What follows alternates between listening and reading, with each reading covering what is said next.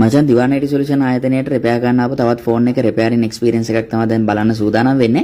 මේක Lenovo model එකක්. මේක අපිට නිතරම සුලභව අපිට මුණ ගැසෙන ෆෝන් මොඩල් එකක් නෙවෙයි. මෙන්න මේ ගලවන SIM socket එක තමයි මේ ෆෝන් එකේ ඩැමේජ් වෙලා තිබ්බේ. කස්ටමර් අතෙන් නිතර SIM එක ගලවලා දානකොට SIM එකට ලින්ක් වෙන පින් වාගයක් ඉදිරියලා ගිහිල්ලා තිබ්බා. තවත් විශේෂී කාරණාව තමයි මේ Lenovo ෆෝන් එකට මේ SIM socket මොඩියුල් එක වෙනමම තමයි එන්නේ socket කරන්න. මේන් බෝඩ් එකට ලින්ක් වෙන්නේ වෙනමම socket එකකින්.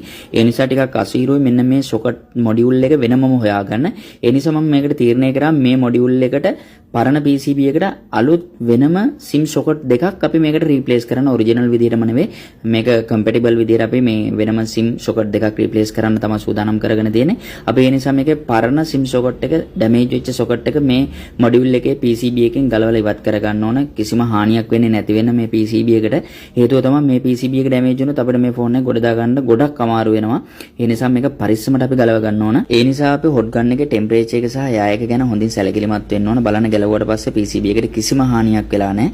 පාර්ට් ටික ඔක්කොම ටික තියෙනවා. පාර්ට් එකක්වත් ඉදිරියලා ඇවිල්ලා නැහැ.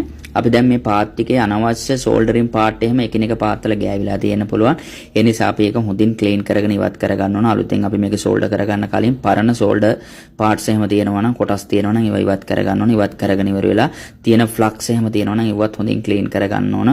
මොකද වැඩේ නීට්ව ක්ලීන් එකට කරගත්තොත් එහෙම කරන වැඩේ එකපාරෙම ගොඩ දා ගන්න පුළුවන් අපිට. දැන් අපිට තියෙන අලුත් SIM socket එක මේ PCB එකට පාහ ගන්න තියෙන්නේ. පාහ ගන්න කලින් මේ SIM socket දෙකම මේ PCB එකට හොඳින් බැලන්ස් වෙන විදිහට අපි මේක අලයින් කරලා ඉවරලා මේක සෝල්ඩර් කර ගන්න ඕන. නැත්නම් අපිට මේ මොඩියුල් එක නැවත මේන් බෝඩ් එකට සම්බන්ධ කරනකොට ගැටලුවක් ඇති වෙන්න ඉඩ තියෙනවා.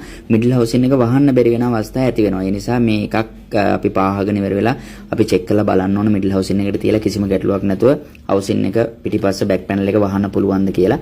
ඉතින් මම මේ විදිහට බලලා තමයි මම මේ වැඩේ කරේ.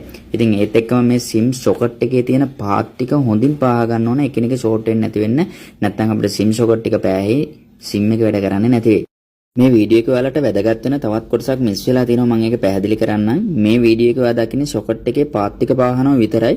නමුත් මේකේ බොඩි එකත් මේකේ ground layer එකට solder කරගන්න ඕන. මේක ඔරිජිනල් එනකොට ඒක solder කරලා එවන්නේ. නමුත් මේක compatible socket දෙකක් නිසා මේක අපි ගැලපෙන තැනට අපි ground layer එක පාදගෙන ඉවරලා solder කරගන්න ඕන. ඉතින් මම මේ විදිහට socket එක solder කරගත්ත සමහර කෙනෙක් මේ වීඩියෝ එක බලලා ඉවරලා කියන්න පුළුවන් ඔය ටික විතරක් පාහලා ඇතිද කියලා.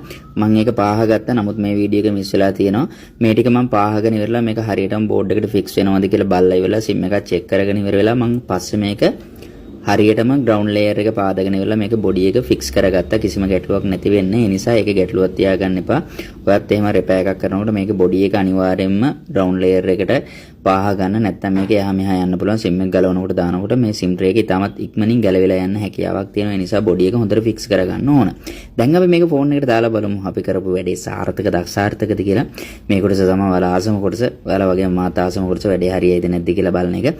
ඉතින් දැන් මේක හරියටම මේ බලන්න මිඩල් හවුසින් එක දැම්මට පස්සේ කිසිම ගැටලුවක් නැතුව SIM tray දෙක මේක හරියට ඕපන් වෙලා තියෙනවා. මිඩල් හවුසින් එක ඉස්සීලාවත් නැහැ. දැන් අපි මේකට SIM එකක් දාලා බලමු. මේ වගේ වීඩියෝ දිගටම බලන්න කැමති නම් දැන් අපේ page එකේ channel එක subscribe කරලා follow කරලා තියාගන්න. මේ වගේ tech gadget repair කරන videos laptop phone වගේ දේවල් අපි share කරගන්නවා.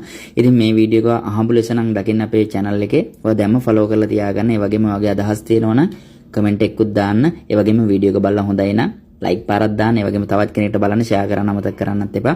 බලන්න දැන් on කරාට පස්සේ කිසිම ගැටලුවක් නැතුව SIM එක වැඩ කරලා තියෙනවා. අපේ වැඩේ සාර්ථකයි. ඉතින් මේ වගේ වීඩියෝ දිගටම බලමු. අපිත් එක්ක එකතු වෙලා ඉන්න. ඔයාලා හැම දිනාටම සුබ අනාගතයක්.